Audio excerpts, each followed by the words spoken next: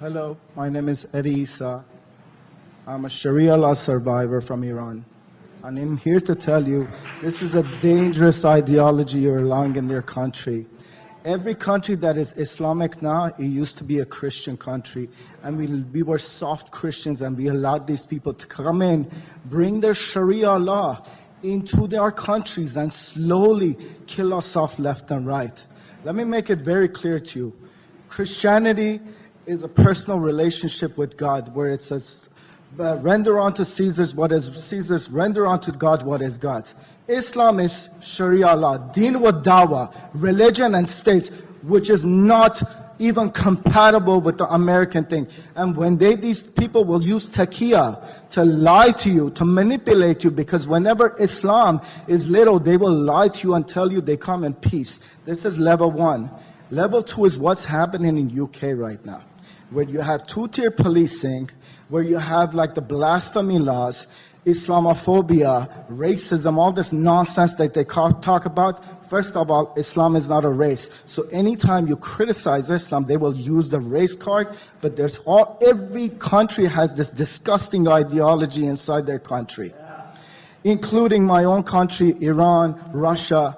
Islamophobia is another made-up bullshit because they don't want you to criticize their death cult. That's why they will put that. That's why they push it in UK, in every country they go to. M103 is in Canada right now. They deliberately try to silence us. And the worst people that are trapped in it is Muslims themselves, because they can't leave that death cult, because they're told if you question that disgusting book, you're called a kufar, and they get killed over it, just like my friends who are apostates in prison or dead right now in Iran. I'm telling you, this is a bad idea, and you're gonna regret not listening to people like us who lived under Sharia law.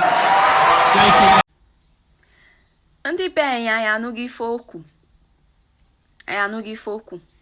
Ngeji keme ka m ekwu na shi na-enye ife onyonyo. Mana ife menji bụ okwu bụ maka ifili ndị Igbo be anyị. Unu ma ife gbasịrị ndị Igbo ka na-ekwu. Ikpọ isi na ni abanyaga obodo anyị n'ime ana Igbo. Mana ọbanya nwatere ụfọdụ ndị be anyị adịka wọhada. Asị na okwu ego ọshụshụ ego bụ ife kpaghani ndị be anyị ji kpọm isi nani, maka onwe dị ife na-asụ ụsọ n'ime ikpọ isi nani ga-eme mmadụ mee onye Igbo je kpọm isi nani. Ọ bụ na na-awa akwụ ya ụgwọ wee empower ya, na-enye ya ego si yu na-akpọ isi nani, agụ ya ebuhe wee nyeme ya ego sizi ya kuzi mee ụmụ ndị ọzọ ya kuziziwe. Unu fu okwe adịka m afụ dị ife onyonyo ngeji wee jide okwu m aka jidosie ike ha yi nji na-ekwu geshine na peji m nye. Mana mmadụ one no na-agwaga ma onye na-akpọ isi nani n'ime ogbe be mbi n'ime anyị ndị Abakpa ekwuge ofu mbosi mụ na akwụsị na adịmanya ekwu okwu. Anyị ata okwụsịfu na ekwu okwu ya bụ oke na atala anyị ife na-eme n'ime Catholic n'ime obodo anyị nọ.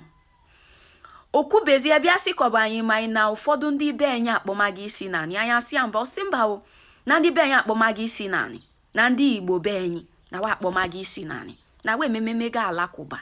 Mụ na onwe m akwụsọ kirime anya n'elu nọ dị masị ka ọ bụ mmadụ ka afụda na ịntanetị nsị amba na dịka m afụda ọ sị na ndị be anyị na-akpọzi isi nani na ndị Igbo na-akpọzi isi nani.